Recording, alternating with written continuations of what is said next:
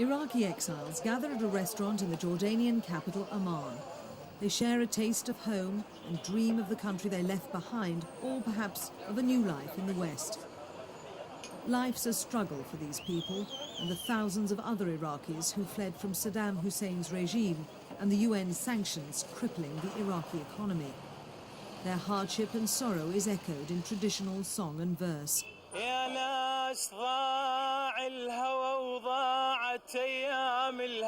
Love's been lost, it will never return, he sings. I planted seeds in the sun, but there's no light in the home, goes the exile's lament. No one knows quite how many Iraqis have fled to Jordan since the Gulf War a decade ago. Officials estimate that somewhere between 120 and 500,000 are living illegally in the Hashemite kingdom, already crowded with Palestinian refugees. As illegal immigrants, they're forbidden to work. Most desperate of all are the Iraqi women, widowed or abandoned by their husbands. Some of them attempt to scratch a living selling cheap odds and ends to passers-by. Others have no option but to swallow their pride and beg from strangers. But mothers will do anything, even sell themselves, to make sure their children are fed.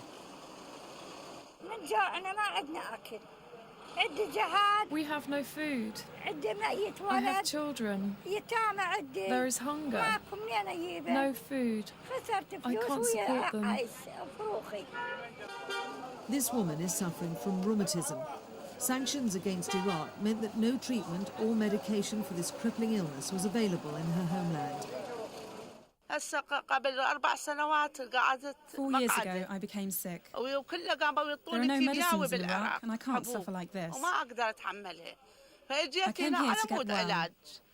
There are hospitals here, and I left my orphans, my children, in Iraq. Every day, taxis from Iraq pour over the border, bringing a stream of newcomers to Amman. They arrive claiming to be tourists, but once safely inside Jordan, they stay on illegally. Not surprisingly, the cab drivers are not keen on publicity. You don't. Home to most of the Iraqi illegal immigrants who've ended up in Amman are the poverty-stricken suburbs of Al-Makhat and Al-Hashamia. Unemployment is running at almost 30% in Jordan, so there are few jobs even for native Jordanians and the many Palestinian refugees who are permitted to work here. This man does not wish to be named for fear of reprisals against his relatives still in Iraq. Enough members of his family have already fallen victim to the Iraqi regime. He regularly searches through the Iraqi dissident newspaper, The Human Voice, for any news of the relatives he left behind. Many of them have been killed. He fled to Jordan with his wife and children 4 years ago to escape a similar fate. We have become desperate, despairing of life. Can't bring even breadcrumbs to my children. I began to wander among people, to beg for money for the children. I was humiliated. I prefer the humiliation of Jordan over the humiliation of starvation back in Iraq. Here in Amman, he barely manages to make ends meet, working from early morning till late at night in a shop. It pays the rent and the children don't go hungry, but they're suffering through being denied an education. As illegal immigrants, they can't go to school. But despite the hardships they have to put up with in Jordan, the mother of the family believes they're better off than in their native Iraq.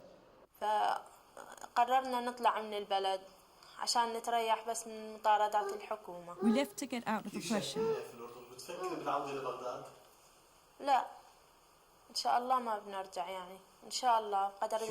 Thank God we're finished with them in Iraq. Around a third of Jordan's population of 5 million people is made up of refugees, mainly Palestinians, as well as the many Iraqis. Some have become very successful in their adopted country, including Hadi Naji Abu Hassan. He owns lavish restaurants and clothing stores and is very grateful to Jordan.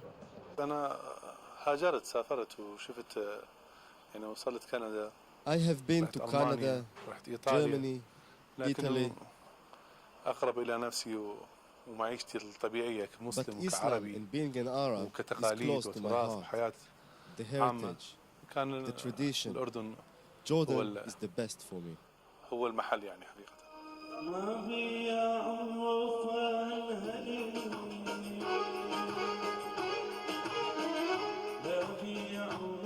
Back in Iraq, Matar was a dentist.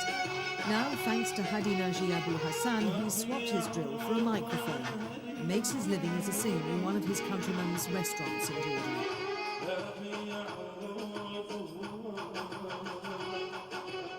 Alman Mansour was an engineer back in Baghdad. Now he has a job as a restaurant manager, care of Abu Hassan. But he's finding it tough adapting to his new life.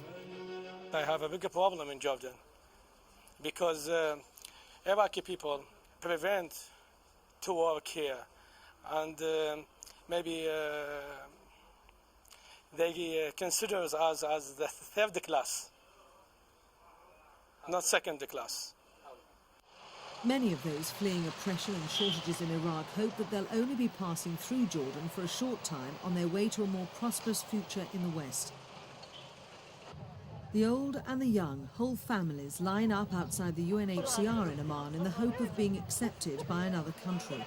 For most, it's a fruitless task. Very few are ever granted their wish of resettlement. But despite the heat and scant shade, they still come and stand and wait. They've got no jobs, so time, if little else, is on their side. The UN is sympathetic to the plight of Iraqi refugees, but believes their future and the solution to their predicament lies in Iraq.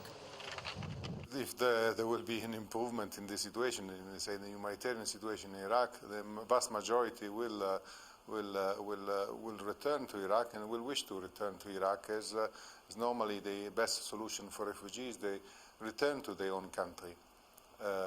This is the case also for Iraqi. If anything, the flow of refugees from Iraq looks set to increase as the United States seeks to widen its war against terrorism. Many in Iraq and its neighbour fear it could be the next target of US warplanes retaliating for the suicide attacks of September the 11th. But even if America holds its fire and restricts intervention to the current enforcement of no-fly zones, it's unlikely the political situation will allow the lifting of sanctions. And if sanctions stay, Iraqis in Jordan won't be going home in a hurry.